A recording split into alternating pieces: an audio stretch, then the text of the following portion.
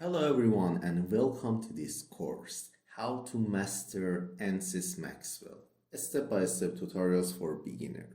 First of all, let's talk about what do we learn in this course. Drawing the geometry, setting the parameters, and getting the results. We will use ANSYS Electronics Desktop and simulate using ANSYS Maxwell 2D and 3D solutions. In 2D and 3D, we will use magnetostatic solver and the transient solver and what is different between them. I think the best way to learn a software is to do a simulation in the same time that we are learning. So we will start learning the software with simulation some samples. The sample files, the simulation files with ANSYS Maxwell extension will be downloadable in your course. You can download them in the second video. In the next slide, we will talk about which samples we will simulate and learn how to set them.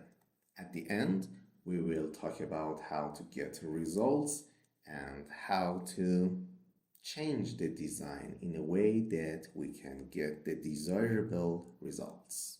For the first sample, we will simulate a magnet bar that is magnetized in the X direction and the same geometry, the same magnet that is magnetized in the Y axis.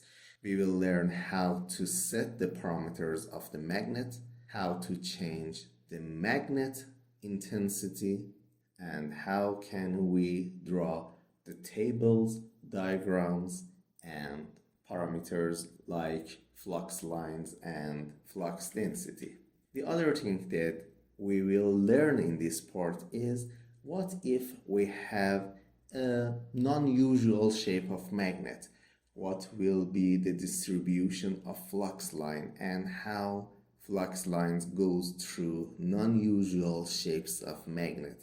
We can illustrate the results and see the differences between different shapes of the magnets. We will have a 3D sample too to describe a magnetostatic simulation about magnets and what happens if we have the other geometry around the magnet, like a steel bar beside the magnet, and we can measure easily what will be the attraction force between the magnet and the steel bar when the bar is in the X direction, of the magnetization, or the bar is in front of the magnet, in which case we have larger force and what is the value of that force.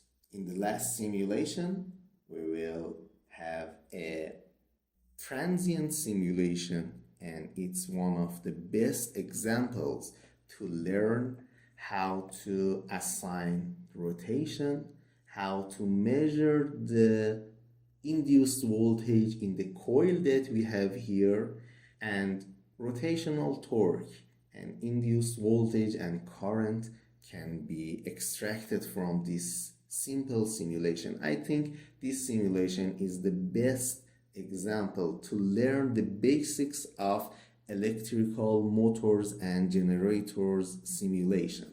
And it's a very good example to learn the transient simulation that help us to have projects about transformers, the rotational and linear machines, and all the other time variant examples. We will start the step-by-step simulation from the next video. You can ask your questions in the message bar.